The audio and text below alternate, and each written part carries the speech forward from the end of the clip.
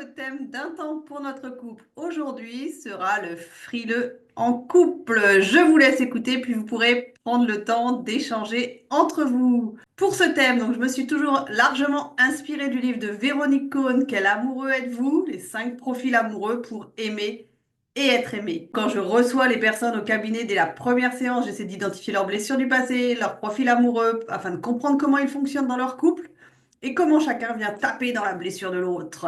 Donc, nous recommençons avec le frileux, c'est la deuxième vidéo sur ce thème. J'avais fait le frileux en amour, je fais le frileux en couple. Si vous êtes frileux, que faire?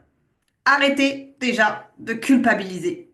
Le fait de croire que vous êtes décalé et que vous ne parvenez pas à combler la personne que vous aimez vous plonge dans une grande culpabilité qui aboutit à une impasse, car vous vous coupez encore plus. Dans un premier temps, le fait de comprendre que vos symptômes de dissociation et de détachement émotionnel sont en lien avec les traumatismes de votre enfance vous aidera à opérer les prises de conscience nécessaires. Il s'agit de la première étape du changement. Et ça tombe bien, vous comprenez mieux que quiconque, car passer par l'intellect est votre système préféré pour exercer votre emprise sur le monde. Apprivoisez votre corps et vos sensations. Vous avez un ressenti anesthésié de votre schéma corporel, car vos traumatismes vous ont obligé à vous couper très tôt de vos sensations. Lorsqu'on vous pose la question, que ressentez-vous lorsque vous me parlez de ce problème? Vous avez tendance à répondre, je n'en sais rien, mais je pense que. C'est votre formatage et c'est justement là-dessus que vous allez travailler. Votre quête consistera à apprivoiser vos sensations corporelles. Il s'agit de se concentrer sur les expériences qui vous ont permis de sentir de la connexion, du vivant. Vous devez tenter de renouer avec des sensations agréables. Par exemple, écouter le vent, sentir sa vibration sur votre corps. Regardez un paysage et laissez diffuser les sensations agréables que vos yeux captent. Manger un mets délicieux et prendre le temps de le savourer. D'abord avec l'odorat, puis avec le goût, puis avec tous les sens. L'exercice consiste à agrandir le spectre de vos sensations, quelle que soit votre porte d'entrée vers le plaisir. Massage, tantra, caresses, mets savoureux, parfums vous permettront d'éprouver des émotions et vous offriront la possibilité de faire des progrès.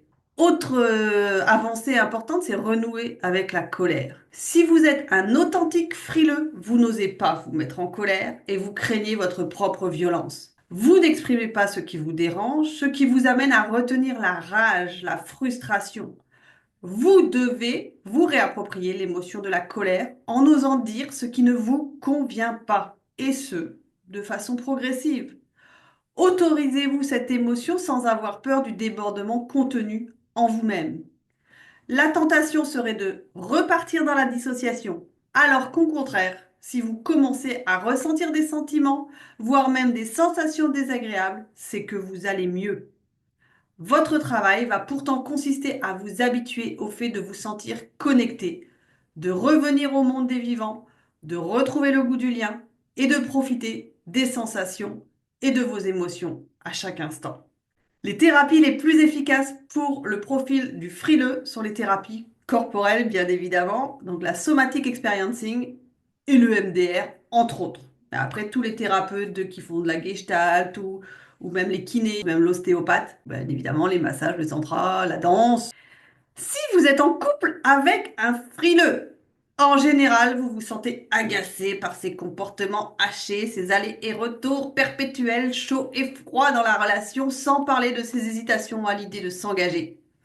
Malheureusement pour vous, le juger et le blâmer ne fera qu'augmenter sa peur d'être incompris et facilitera l'éloignement, voire la rupture. N'oubliez pas que derrière sa carapace, c'est un hypersensible. Car oui, malgré sa froideur, c'est une personnalité attachante, sensible, à l'écoute. Et vous voilà pris dans ses filets.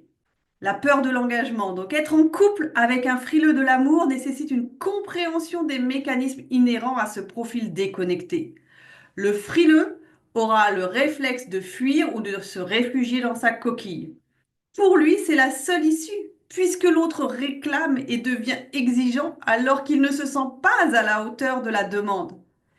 N'ayant de son côté pas reçu suffisamment dans sa petite enfance lors des premiers contacts avec sa mère, il est coupé de ce type de démonstration et ne sait pas comment donner. On reproche en général aux frileux leur froideur, mais aussi leur manque d'implication émotionnelle, leur peur de s'engager, leur faible aptitude à communiquer et leur manque de connaissances et de capacité d'analyse de leur vécu intime.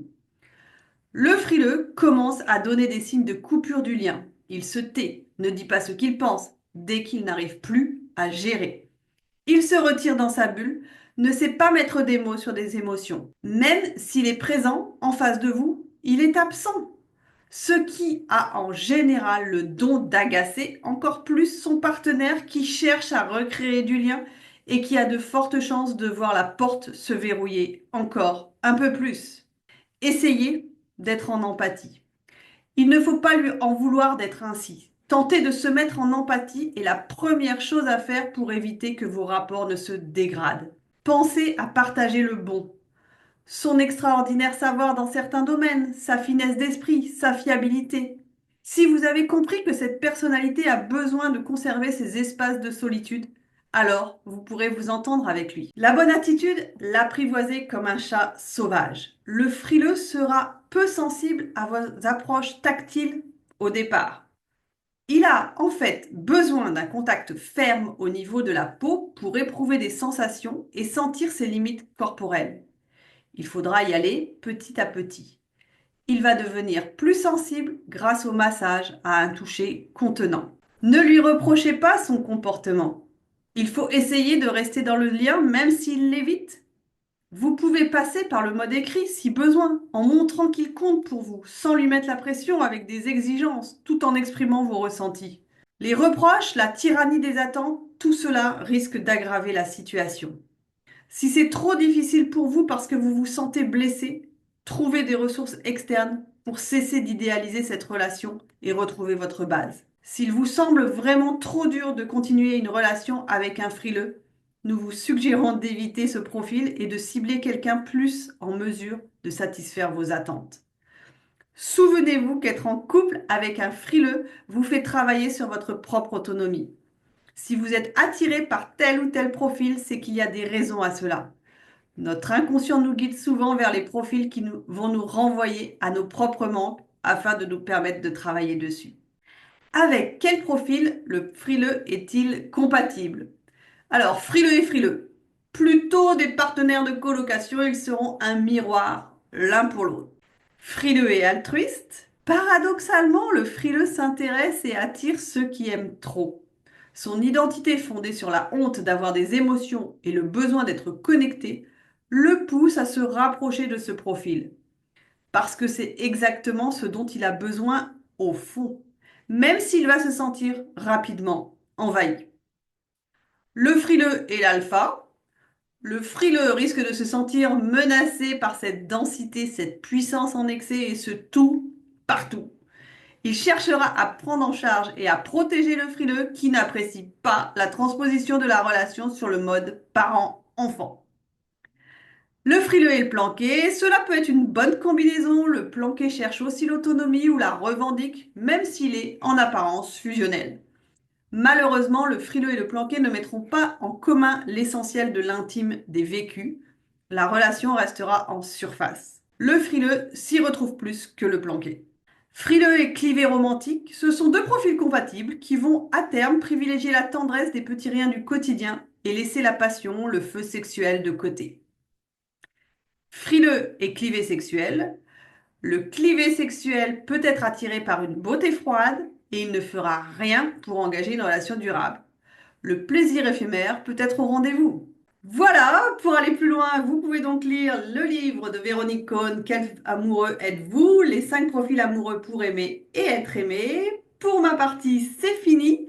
À vous d'échanger maintenant, de prendre le temps de commenter ce que vous avez entendu en donnant à tour de rôle votre point de vue et en écoutant celui de l'autre, en voyant qui est frileux dans le couple éventuellement et de voir éventuellement si les autres profils vont vous parler quand toutes les vidéos seront faites. Si vous avez des questions, n'hésitez pas à les poser sous cette vidéo. J'essaierai d'y répondre, soit dans les commentaires, soit par une autre vidéo.